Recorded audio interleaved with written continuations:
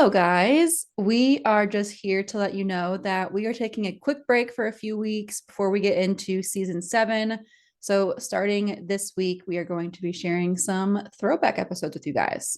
We have picked some of our favorite episodes to share with you guys. We're so excited to be planning season 7, but we will be taking a little bit of a break. We'll be back on September 20th, but until then, make sure you enjoy these throwbacks. If you've been meaning to get to an episode, go back and listen to it.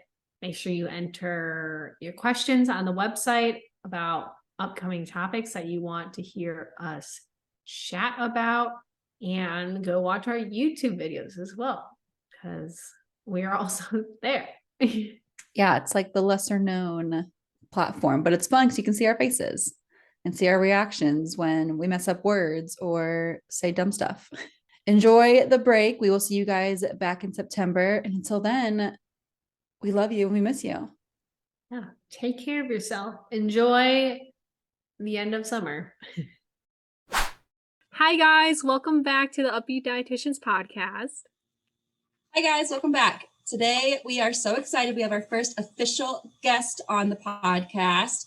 We are joined today by our good friend, Anna Kitchen, who is also a registered dietitian. So we're going to be going over today with Anna, talk about the gluten-free diet, her job experience as a dietitian, how we all met, all that good stuff. Okay, so Anna, I will hand it over to you. Why don't you tell us about what you're doing for work these days, how you became a dietitian, and how you got to know Emily and myself. First of all, thank you for having me as your first official guest. I was really excited to be asked to join you guys. For work, I am a population health analyst for a population health consulting and analytics company. So essentially, I look through data on the back end and inform different clients and employers on opportunities for where they can get rid of medical spend waste, as well as different population health disorders and diseases that are prevalent among their population, and implement different programs that can help their population be healthier. So that's what I do now. But as Hannah and Emily have mentioned before, and that's how we know each other, is I went through school with them at Purdue, and I went through the coordinated program with Hannah. We missed Emily dearly during the program. But then I sat for my dietetics exam in June of 2020. And then I actually worked for Lincare for a short time. Just wasn't what I wanted to do. And so now I ended up where I am now. I interned with this company a few summers, and so I started in October, and I've been there ever since. Love it. I think you had taken your exam like a week before me, right? Wasn't it like you, me, and then our good friend Sophie as well? We were all kind of like boom, boom, boom, taking the test like back to back. Yeah, we had cram study sessions. We sure did. Oh, God, those days are over. All right. Well, we're going to talk a lot about actually celiac disease today. So Anna here is a current, what's the word? Not survivor of celiac, but Anna lives her life with celiac disease. And so we're going to be asking her about her experience and how she kind of navigates that, best practices, that sort of thing. So Anna, will you kind of just explain to us like what celiac disease is and like how you came to become diagnosed with it and all of that? Yeah, so celiac disease is often undiagnosed in a lot of people, and it can also be hidden with a lot of other diseases and disorders.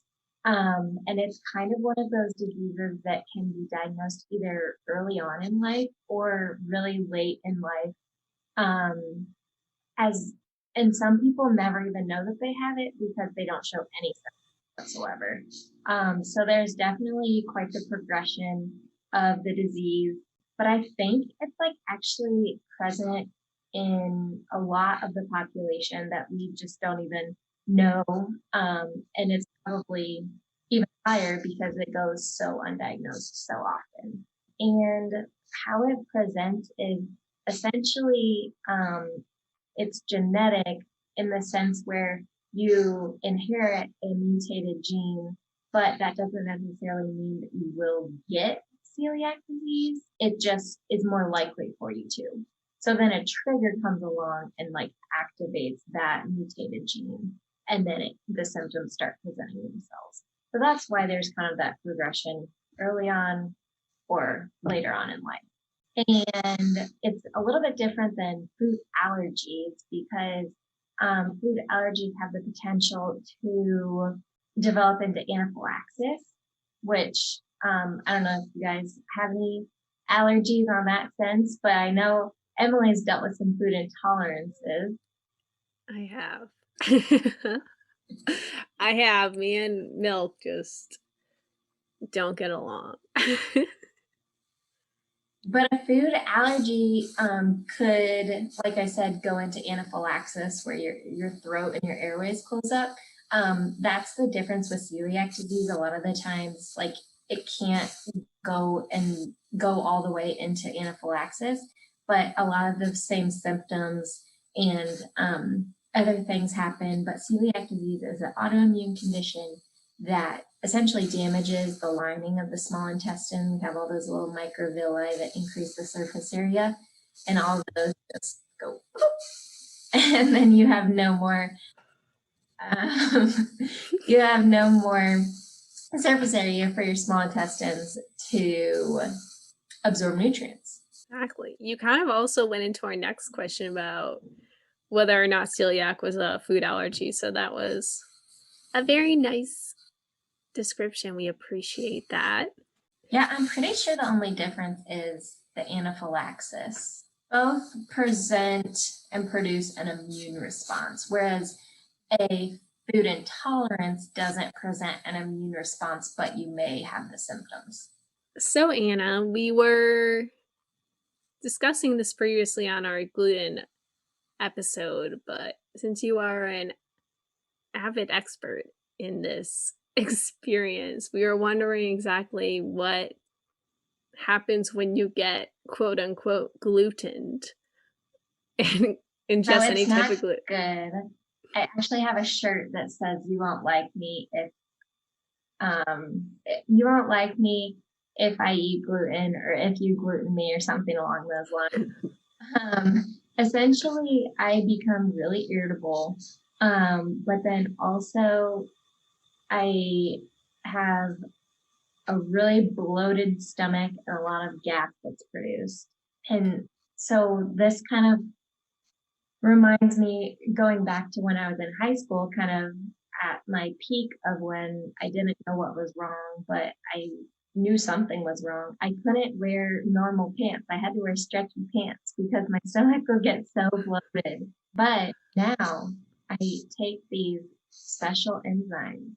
They're called glutenase. So if I get gluten on accident, then I take that and it kind of helps ease the symptoms that I'm having and experiencing. But I would never want to purposely take that and eat gluten because it still damages my small intestines. How often would you say you do get gluten? It depends. It's honestly been a little while since I have. It depends on certain, like if I go out to eat to a restaurant and they're just not careful and they don't understand. Yeah. But obviously I try to limit that if at all possible. Yeah. Well, that kind of like leads to the next question. So are there like different levels of severity of celiac disease? Like can the symptoms present differently in different people based on, I don't know what factors, I guess, but is that a possibility to be different in every person who has it? Yeah, so there's definitely a lot of different symptoms. So some people could have like really bad diarrhea. Some people could experience bad constipation. But so that's like obviously its own,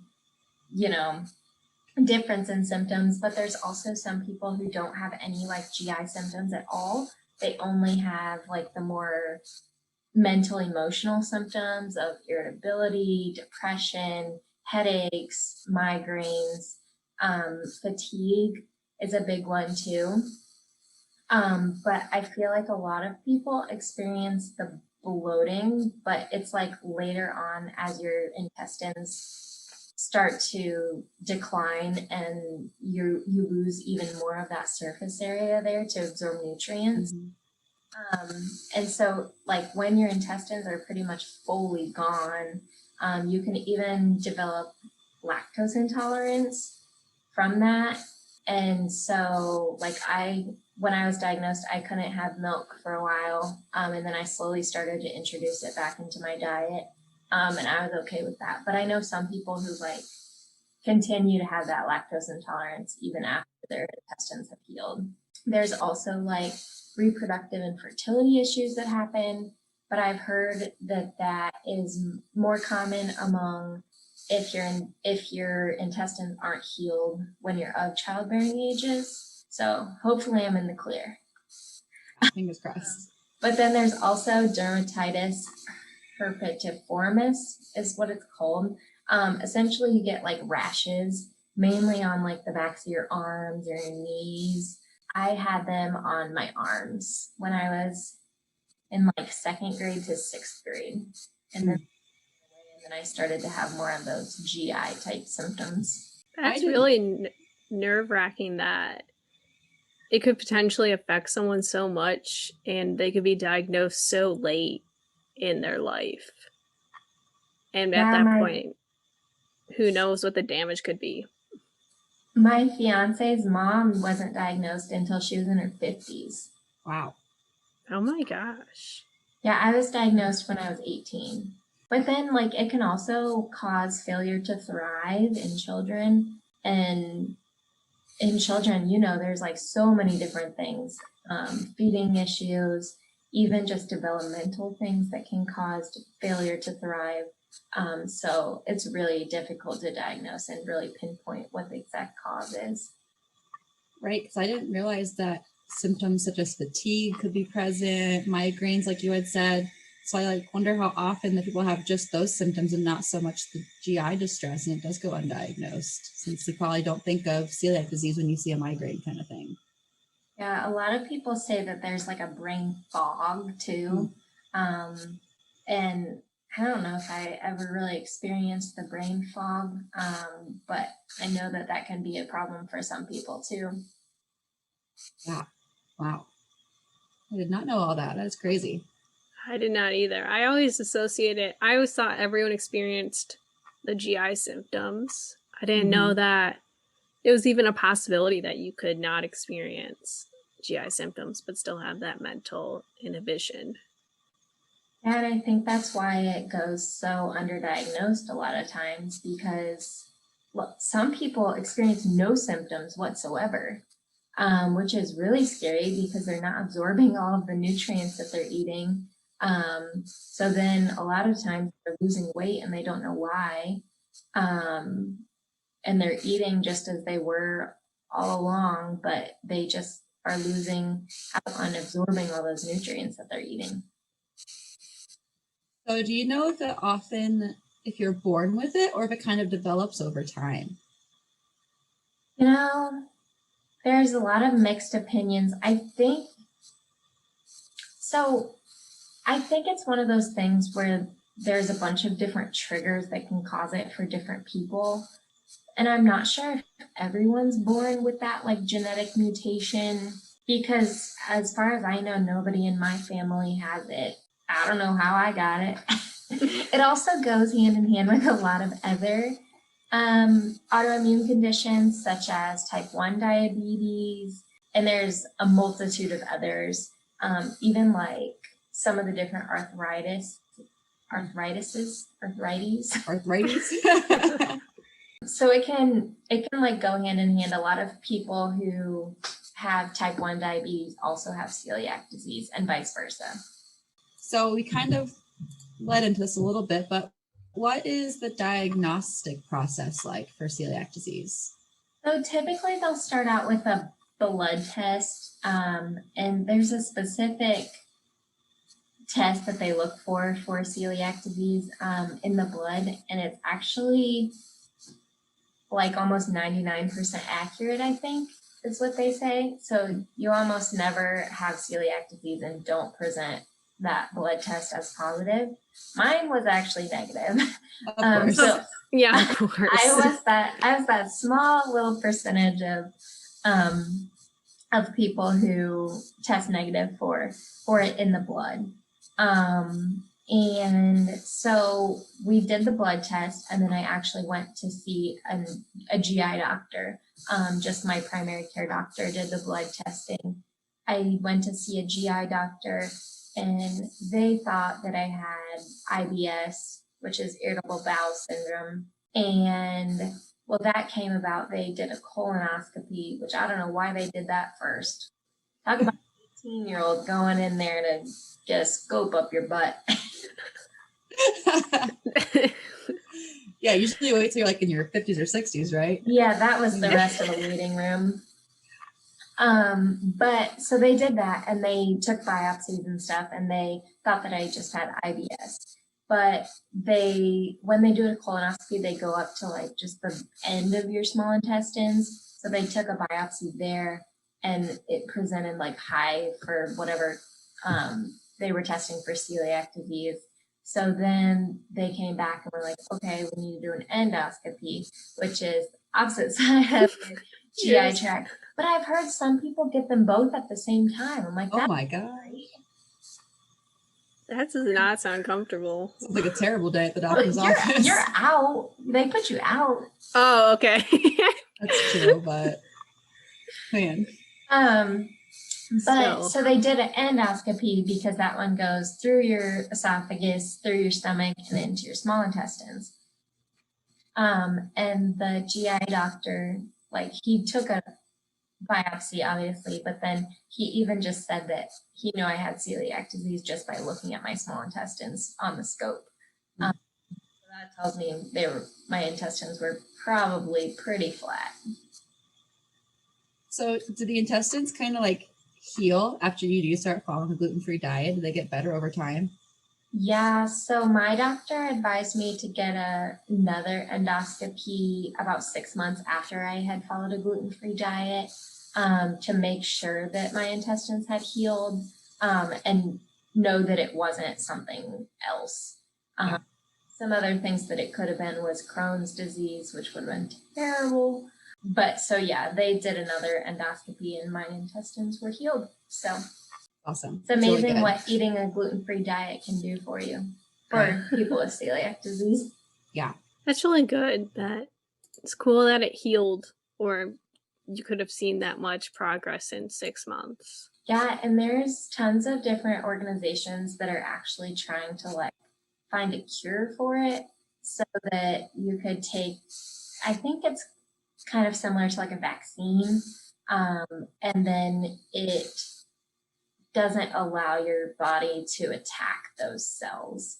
And I think they're trying to do the same thing with like type 1 diabetes and that kind of stuff too. Wow. That'd be really cool. Science, man.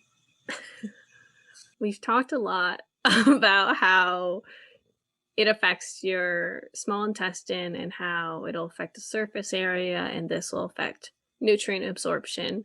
So what specific nutrients are of concern associated or common with celiac disease that they've seen deficiencies in? All of them. Pretty much all nutrients, even like the big main nutrients, not even just vitamins and minerals, protein, even carbohydrates and fat, those that give you the energy that you need. You're not absorbing that energy. So it essentially just like goes through your system without doing anything, without completing its necessary jobs. So instead of just getting rid of waste, you're actually getting rid of things that your body needs. The amount of food I would eat and like not gain a pound was ridiculous. Wow. Yeah, I mean, so much is digested in the small intestine. That's like a major part of the digestive process. So when that's not functioning properly, I guess it totally makes sense that there would be a lot of deficiencies. And then also, I was in sports at the time, and it kind of, when you do intense exercise, it kind of agitates all of your insides. And so I would experience like really bad cramping and bloating when I would exercise. And that was terrible because I was like, what is wrong with me? Why am I, experiencing such bad symptoms when I'm exercising? And then also after exercise, I knew I would need to eat. I just worked out and burned a ton of energy, but I wouldn't want to eat because I was already in pain. And I knew that the food that I was going to put into me was going to cause me even more pain. So it's kind of like a double-edged sword. Yeah. Well, how about like going out to eat? We kind of touched on this a little bit already, but are there certain places that you do feel comfortable going to? And like, how do you determine if it is going to be a place that probably is safe for you? So it's hard because really no place is a safe place in terms of celiac disease, because every place there's risk for cross-contamination. Even just going to like parties with your friends, or like going to outdoor gatherings or like barbecues and that kind of stuff. Even the things that you would think might be gluten-free sometimes have hidden gluten in them, and sauces and that kind of stuff. So it's really hard because I don't want to be difficult, one, but two, I kind of have to live my life. And so I see it as most places I can likely find something I can eat on the menu, but I'm also always at risk for that cross-contamination. Now, some places are better than others. I feel a lot more comfortable at the types of places where the chef comes out and talks to you. Mm. Obviously, those are the more expensive places that I'm not going to go to eat like every weekend. There's a place that actually just became 100% gluten-free. It's called Bibimbap. It's like a Chipotle or Qdoba for like Asian food. So you can get like little like Asian noodle bowls and rice bowls, but all their sauces and everything is gluten-free, which is awesome. Cool. That's really cool. And it's delicious. They have purple rice. Have you ever heard of purple rice? Ooh, no. Does it taste the same as regular? No, it's delicious. How is it purple? Is it naturally purple? Yeah, it looks purple. And I've also, I don't understand the whole grain principles behind it, because I'm guessing it has like the whole bran and endosperm and all that stuff. But there's also black rice. That's true. I have seen that. But they're like chewier and more flavorful than rice. Huh. That's cool. I'd never heard of that. I think it's a chain. I was just going to ask, is it like a local thing or a chain? I think it's a chain. There was one that opened locally a little bit ago, but it looks like it is a chain. In Ohio, Indiana, DC, Maryland, Illinois, Missouri, Kansas, and California. Oh, okay. So all over, west to east, east to west. What's the phrase? I don't know. I always try to pull these cool phrases out, and then I just like flop them. It's terrible. Yeah, how'd that go for you? I'm not good at that. You should just stop and use basic vocabulary. It's part of the charm of this podcast.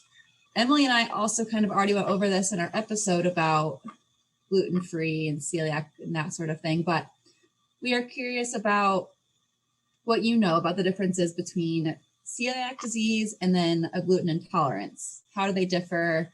And what I guess are the biggest symptoms of them as well? Like, how do you tell if you have one or the other? When you are diagnosed with celiac disease, when you're kind of going through the diagnosis process, you have to continue to eat gluten to be diagnosed with it.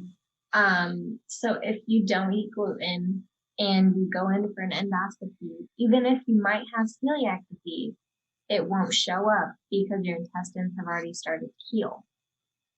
So a lot of people, even if they might have celiac disease, at the end of the day, they're not officially diagnosed with it because they don't want to continue eating gluten. So that's part of the problem, one.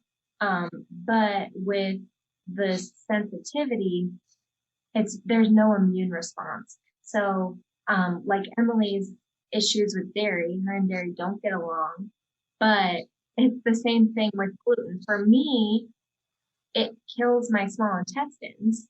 But if Emily were to eat it, I'm just using this as an example. If Emily were to eat it, she might just have those symptoms. She might have bloating and gas, but her intestines won't die off, essentially. So that's the major difference. And you can't really like diagnose per se a sensitivity in terms of this. You just have to rule out if they have celiac disease or not.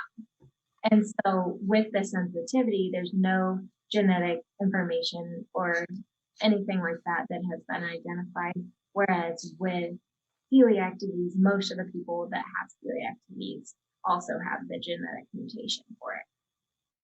Yeah. And I also think that with the sensitivity, they only experience the GI symptoms, whereas with celiac disease, like we mentioned before, you can get the brain fog, the headaches, and all of those other things that we mentioned. Very interesting. Cool. I feel like that is a common misconception, is the differences between those. Yeah. And then also, I think sometimes if you have a sensitivity, if you diminish like your overall carbohydrate intake, sometimes that helps your symptoms as well. Whereas with celiac disease, you can continue to eat as many carbohydrates as you want as long as they're gluten-free. Carbs for life. Yeah. Go carbs. Eat your carbs. Eat your carbs. That should be like our catchphrase. Well, as a person who has to eat gluten-free, what are your thoughts and feelings on people who just go gluten-free for, like, say, weight loss, for example? Just don't do it. Not a good thing. Essentially what you're doing is people who are going gluten-free for weight loss, at the end of the day, they're pretty much just cutting out what they used to eat. So they used to eat bread. They used to eat, pastas and, all those things, pizzas that are causing their weight gain, probably because they're eating them in extensive quantities. And so when they go gluten-free, they cut all that food out, and obviously they're going to lose weight because they're in a caloric deficit. They're not necessarily on a gluten-free diet for the same purposes that I am. Like, I still eat pizza, I still eat pasta, I still eat bread. They're just using different grains to make those products that I eat. So gluten-free for weight loss. Now, one, I will say it has brought more attention to the market, and there's been a lot more new products that have come on the market, which is great for people like me. But at the same time, I feel like if you go out to eat and you say you're gluten-free, they don't understand quite as much in terms of like, oh, I mean like gluten-free in terms of I can't have a speck of gluten or I'll like blow up and look like a toad. A toad. Yes, it's kind of like the same idea as like the keto diet. It works for weight loss because you're cutting out an entire nutrient that you would normally be eating. So it's kind of frustrating. I'm sure, especially for you, someone who actually has to be avoiding that nutrient. Yeah, and if you look at like the nutrient content of gluten-free foods, a lot of times they're actually higher in calories than its non-gluten alternative or its gluten alternative because they fill it with a lot more fat and sugar to make it taste better. Exactly.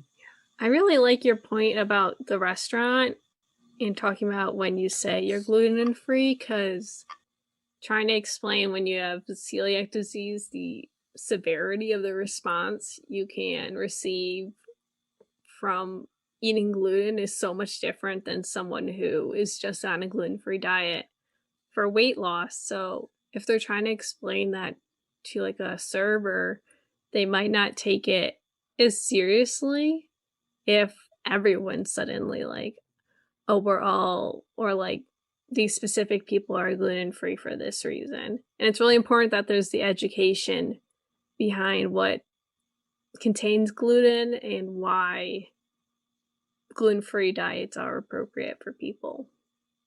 Yeah, I normally frame it when I go out to eat as I have a gluten allergy or a wheat allergy. That seems to resonate with people a lot better than saying I have celiac disease. For some reason, allergy like clicks in their brain better. Now, obviously, it's a little bit different because it's technically not an allergy because I won't produce anaphylaxis, but it will still hurt me. But at the end of the day, I have to think, I'm like, well, it won't kill me if I am accidentally exposed to it. Now, if I was exposed to shellfish, I have a shellfish allergy, so that would actually kill me. So it's really hard to navigate restaurants a lot of times too, because they don't put all the ingredients on the menu. So say it's a salad, for instance, they might say, oh, it has tomatoes, cucumbers, and carrots. Now, nowhere on the menu does it say it has croutons, so I don't know to ask for no croutons, and then comes to me with croutons. Now, some places will try to take it back and pick off the croutons. I'm like, no, there's still gluten and residue on that salad. I cannot eat that. So you really have to advocate for yourself. I'm sure at first that's like hard to do. Like when you're like newly diagnosed and you're not used to doing that, especially if you're not very confrontational. So I bet that's taking a lot of practice. I was diagnosed right before I went to college. I was diagnosed in like April and I left for college in August. And that was just terrible. Yeah, college presents enough issues with figuring out who you are. You don't really need to add on being particular about your food even when it's warranted, because it's in the best hopes for your health. Yeah. Now I'm going to look for that on menus whenever I go to a restaurant next. I'll be like, what ingredients are you hiding? What are your secrets? A lot of restaurants do have like, especially if it's a chain, not so much if it's like an independent restaurant, but they have like not a nutrition facts panel, but like the ingredients. And like, it'll say like the food item, and then across the top, it'll have all of the allergens. By the way, did you see there's apparently going to be a 9th top, I guess you can't call it 8 anymore, 9 allergens? No, is it gluten or no? I think they're adding sesame. Oh. Ooh. This just in. That's so interesting. I didn't realize it was that common. The sesame allergy. They're going to change a lot of posters and handouts then. They've been saying top 8 for like since I've known about it. I know. So are we going to have to call it top 9? Man, imagine like being someone who works in allergies day in and day out. That would really throw a wrench in the works. There we go again with my catchphrases. So Anna, moving on from our fun sesame conversation, how does labeling come into play with celiac disease? We kind of talked about it with menus and how they might not always disclose the entirety of the ingredients included, but is it true that when foods are labeled as gluten-free, they have to be 100% gluten-free? In our last episode, when we were looking up the regulation, we saw somewhere that it has to have less than 40 parts per million, I think. Was that Hannah? I think it's 20. Is that right, Anna? Oh, 20. Yeah. So we were wondering then, is the reaction with celiac that it has to be less than 20 in a food, or is any gluten going to stimulate a response? It's hard. It's really hard question because it's different for everybody. So you were right in saying that it's 20 parts per million to have something to be labeled gluten-free. And if somebody labels something as gluten-free and it is not actually like tested and it has more than 20 parts per million, they can be penalized by the FDA. It is a regulated term in terms of food products. Now there's no specific labeling or logo that they put on it. It just, they can just say gluten-free. Now if it isn't gluten-free, then obviously they're penalized for that. But a lot of companies have taken advantage of that because people are using a gluten-free diet for weight loss. So they'll slap like gluten-free on broccoli or green beans. And you're like, well, heck yeah, that's gluten-free. It's broccoli or green beans. Like there's no wheat, barley, or rye in green beans or broccoli. Even like chicken sometimes will say like gluten-free. It's like, well, duh. But at the same time, you do have to be careful because say for instance, it's like a prepared or packaged food. It might be corn, for instance, but it might have some crazy like Asian sauce on it. And sometimes those have hidden gluten in them. They'll use flour to thicken them. So then what would you say for people who are shopping with celiac disease? What's the best way to ensure that the product doesn't have gluten? So great question. There's actually some different agencies who have created their own gluten-free label. And I think they're actually changing the look of it here pretty soon. But sometimes they'll say like certified gluten-free, and it's like a little circle almost. But I think that those can also just have up to 20 parts per million. Now, some things to watch out for is if a food has that, or if the food doesn't even have a gluten-free label like blatantly stated on it, but you're like, this should be gluten-free. Some hidden things to watch out for are soy, and then like hydrolyzed wheat and those kinds of food ingredients. But then also modified food starch is another one that can be from either wheat or corn. And I believe it was updated in the FDA guidelines or labeling guidelines that they have to specify if it is from wheat. So those should be okay, but there's like those hidden ingredients that you wouldn't even think about that can really harm people. The other thing to really watch out for is alcoholic beverages. Those have no labeling guidelines whatsoever. And the only ones that can be penalized if they don't say gluten, or if they say gluten-free and they're not, are the FDA regulated foods, and actually dietary supplements do as well. But medications are another thing you really have to watch out for. So interesting. Gluten is just sneaking its way into everything. Well, and then there's like beauty products, toothpaste, all those things too.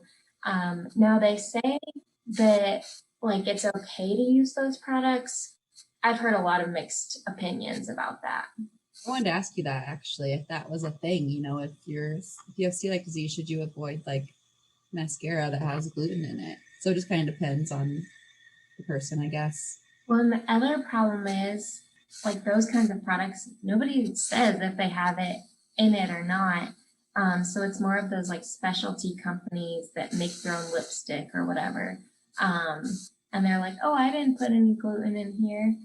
So those companies will advertise that they're gluten-free, but a lot of times you don't know.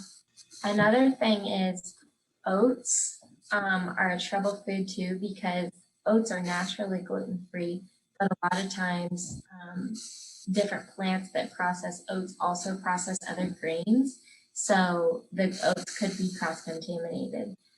So that is one gluten-free, like natural gluten-free grain that you will want to make sure to buy the gluten-free version of, so that you don't accidentally get more than that 20 parts per million. Yeah, and gluten-free oatmeal, even though it's like the same exact thing, costs about 5 times as much. Of course, because they can. I see a lot of times in my practice with patients that if a patient is diagnosed with celiac disease, or this is not the same thing, but patients who should follow like a low FODMAP diet, for example, not every doctor, but oftentimes they will just kind of give that diagnosis and send off with a handout about how to go gluten-free. And when they come to me, I also want to know this question or this answer, but how can we best serve those patients or clients who are coming to us, whether it's as a dietitian or a doctor or nurse practitioner, whatever? How can we best serve and best treat those patients that do have celiac disease? Yeah, and like you said, even when I was diagnosed, they didn't even give me a handout or anything. I got nothing. I was sent on my merry way and said, like, good luck. And I think the most important thing is to just educate. One, educate the patients just on the importance of it. I think that will matter about a lot more to the patient if they really understand the importance of it. But then also educate yourself. But I know that there's a lot of different diagnoses and different like medical diets, or like really just medical ways of eating. I don't like the term diet, but there's a ton of them. And there are a lot of different like allergy or like specialty dietitians, or even just like physicians that specialize in certain GI disorders and stuff like that. Those would be great tools and people to reach out to if you do have questions. But then also there's tons of resources online. But I do feel like it is a gray area because a lot of times people just send you on your way and they're like, good luck. And a lot of times doctors, dietitians don't live the life of someone who has to eat that way. They don't understand all the nuances about it too. There's tons of different things that it's like, oh, well, a dietitian might know what's gluten-free, what's not gluten-free, but they won't know how to navigate like eating out and all of the just random cross-contamination in the home even. And so I feel like a specialist or something like that would be a great person to turn to in that situation if you're not comfortable educating the patient yourself. Yeah, that's a great answer.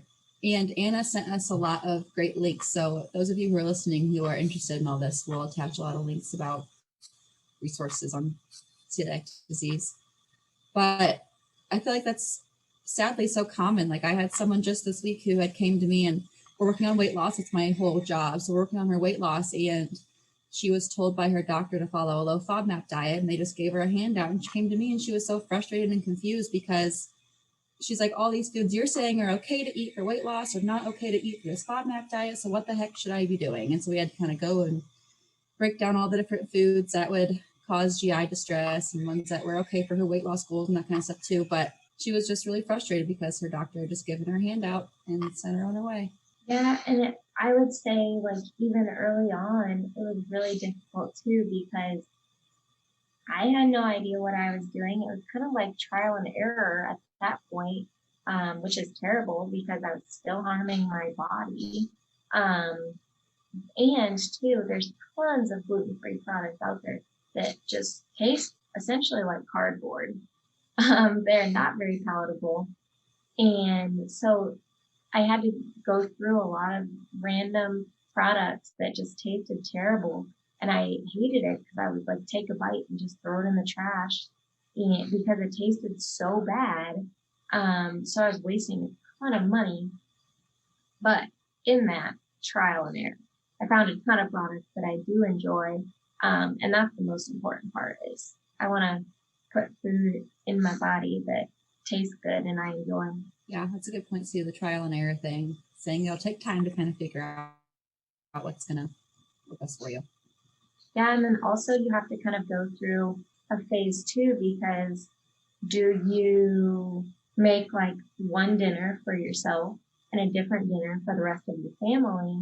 Or do you kind of morph it into, oh, like the rest of the family will eat the gluten-free pasta, but they might have a separate like bread option, or something along those lines to kind of, you know, keep it normal for them too, but then also you don't want to be cooking two different dinners. Like that's just crazy. Exactly. Actually, it's kind of the same with my weight loss patients too.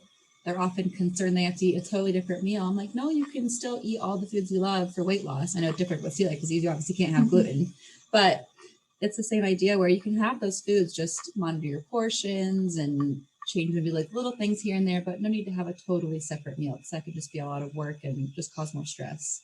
And then too, like I felt like, I don't know, you kind of almost feel isolated in a sense, if especially like in high school and college, everyone's like, oh, we're going out to eat. That's the thing to do. Like, well, I can't go there. Like, I'll go with you, but I can't eat anything. And then they're like asking me a million questions. Like, I just can't. Like, and then two, it's difficult to help people understand. They're like, oh, can't you just have a little bit? Like, no, that will still damage my small intestine. Can't imagine. Neither. You found a way. This is the life I live. So we're going to attach a link to all the resources Anna recommended, but are there any you'd like to just highlight right now that you would say are the best ones for anyone recently diagnosed with celiac, or they've been working with celiac for so long and still haven't figured out something that works for them? Yeah, so there's a bunch of different bloggers, and I honestly, I don't know, I'm not big on the whole blog thing, but I know a lot of people have an Instagram page, but then attach their blog to their Instagram page. So I follow a bunch of different people on Instagram, and honestly, a lot of people have written books, and so in terms of like a day in the life living stuff like that, I feel like I would have really benefited from reading a book of someone who had celiac disease and kind of their experiences. So I would have a better understanding of what I was going to go through. But that's in terms of like, you know, the day to day, and stuff like that. But then I've also found that it's easy to make recipes gluten-free. There's like gluten-free flour blends now that you can pretty much substitute for regular flour in recipes. And I found that that's really helpful because I don't want to get rid of all my family recipes. I found that I can just kind of tweak them a little bit and then I can use them, which has been great. And then also Pinterest is awesome. You can pretty much just search gluten-free and whatever you're trying to look for, and somebody will have a recipe out there. But in terms of different like grocery stores that kind of have more gluten-free options than others, Trader Joe's is really good. Aldi has its own like Live G-Free line. And also May is Celiac Disease Awareness Month. So Aldi has more products for gluten-free. I just saw their like sneak preview and they're having cheesecake and egg rolls and I'm pumped. Ooh, that sounds so good. Well, Anna, it has been so great to hear all of your insights on all of this. It is so eye-opening and interesting. Is there anything else you kind of want to talk about in terms of your gluten-free lifestyle that you're living? I think that we should touch on the different things that you have to think about in terms of what could cross-contaminate in your own home. So some different things that are tricky are toasters. I have my own gluten-free toaster.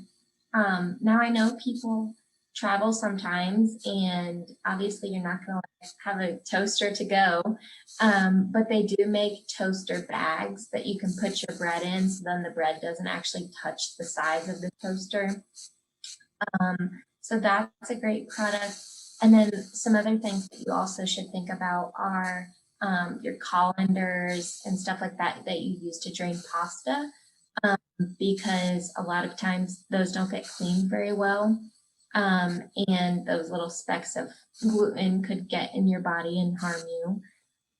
Also different cutting boards, knives, even pots. It's hard because essentially the whole kitchen should be gluten-free, but obviously that is a difficult fine line to kind of jump across and jump on, because there might be some other people in your household who don't have to eat that way. So you have to compromise a little bit. But then also different things that could cross-contaminate are tongs. If one set of tongs is used for pasta and then also the vegetable. Now the vegetable might be gluten-free by itself, but if somebody used those tongs to get the pasta and then the vegetables, then those vegetables are now contaminated. So a lot of times if it is like a family style buffet that you do have control over, I prefer to go first so that I can get those foods that are gluten-free and not have to worry about that cross-contamination. That's so many things that you would never think about if you didn't have to live through that. That's crazy.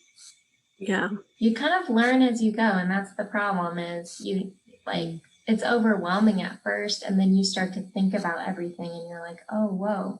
Another thing to watch out for is sauces. Gluten likes to hide in a lot of sauces.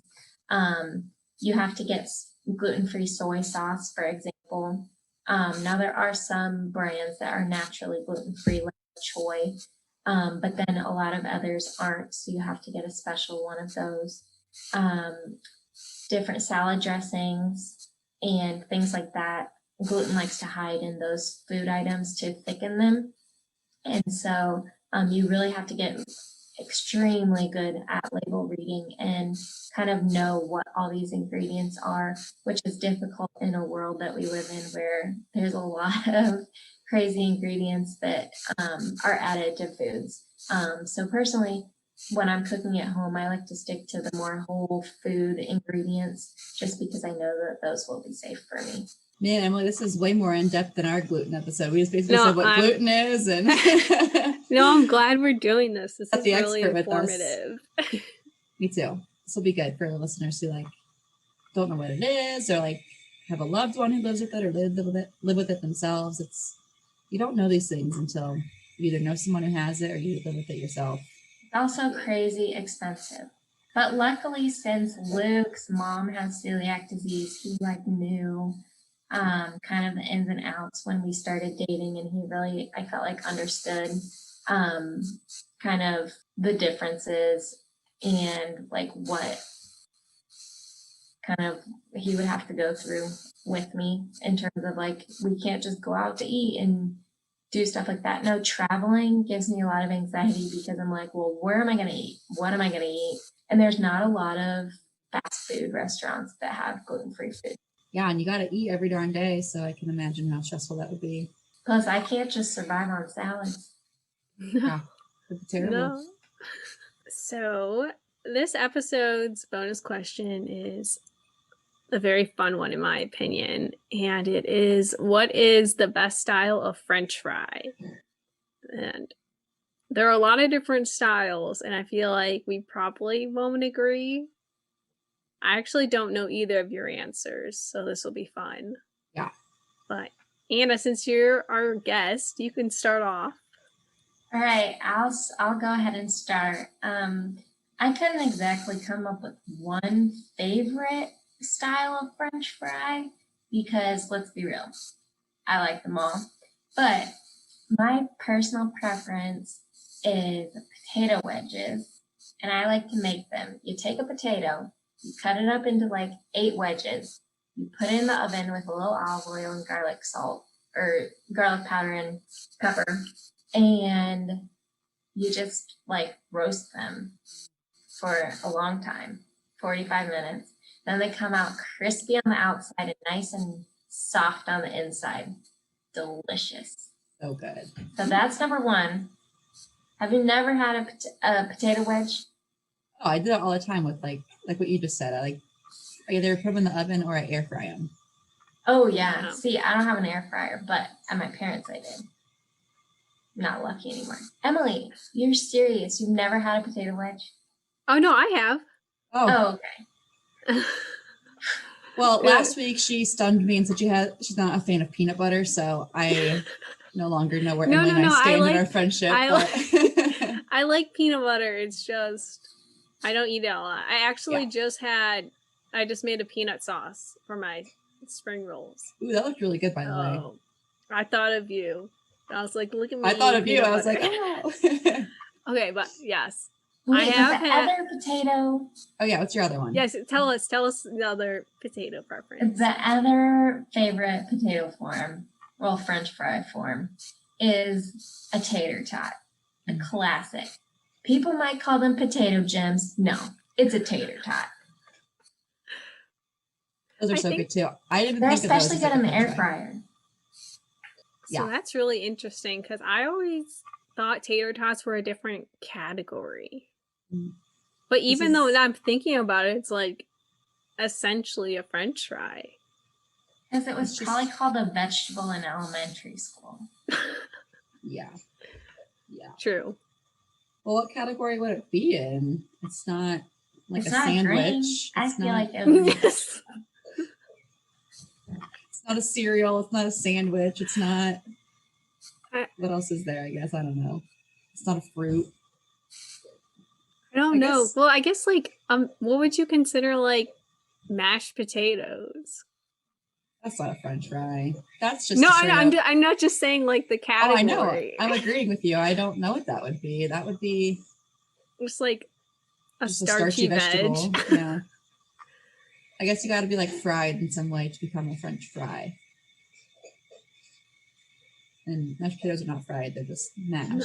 If it was Yeah. a fried mashed potato, then yeah, we might have a different discussion. I wonder if you could take a ball of mashed potatoes and then fry it. Well, that would Kind of what a tater tot is, just in a way smaller form, and not quite as True. mushy. Yeah. Okay, Tater tots are Emily. good though. Emily, what is your favorite style of French fry?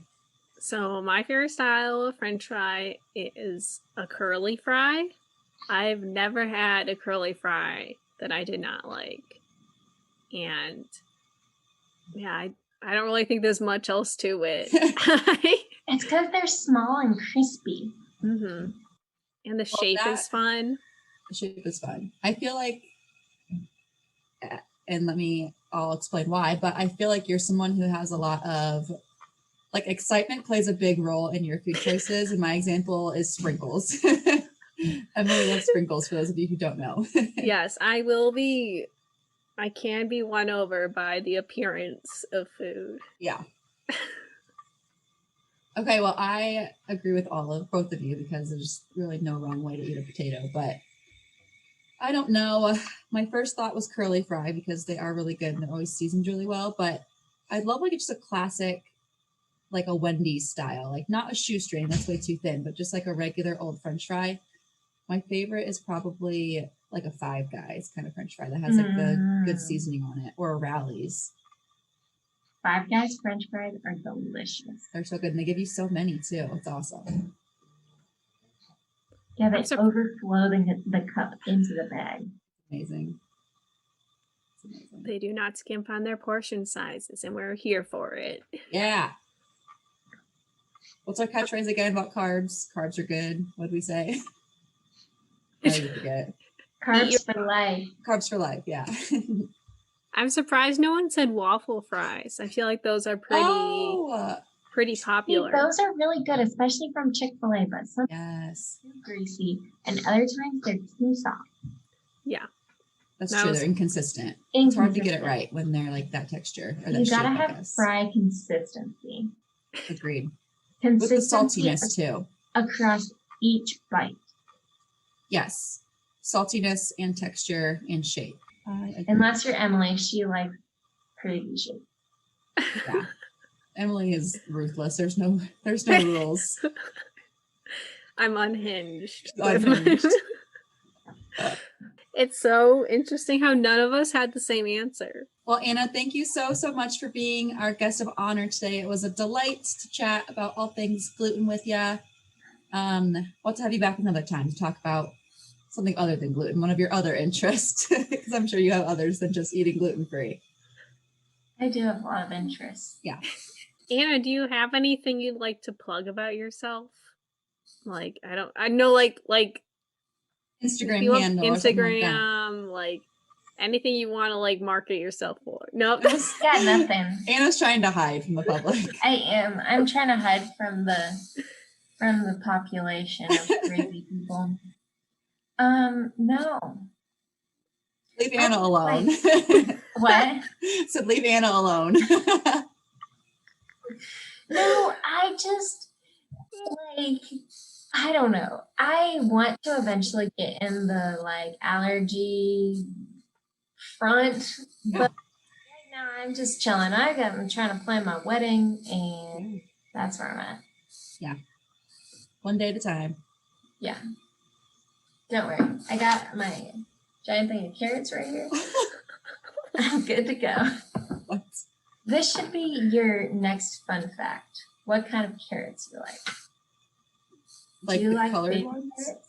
Do you like petite baby carrots? Do you like the giant carrots? I like the giant carrots and just cut them up. They're sweeter. Yeah, one of the girls I work with is very passionate about hating baby carrots because the other ones are way better. Well, okay, no, some baby carrots are really fat, just like asparagus. If you ever get fat asparagus, it's disgusting. So there's another fun fact about asparagus. If you take the asparagus spear and you plop off the bottom, then it breaks off right where like the nasty part is, to where it's too chewy and you don't want to eat that part. What do you mean plop it off? Like How do you do pull that? it off that easily? You take the asparagus, next time you get asparagus, hold it by like the top. Yeah.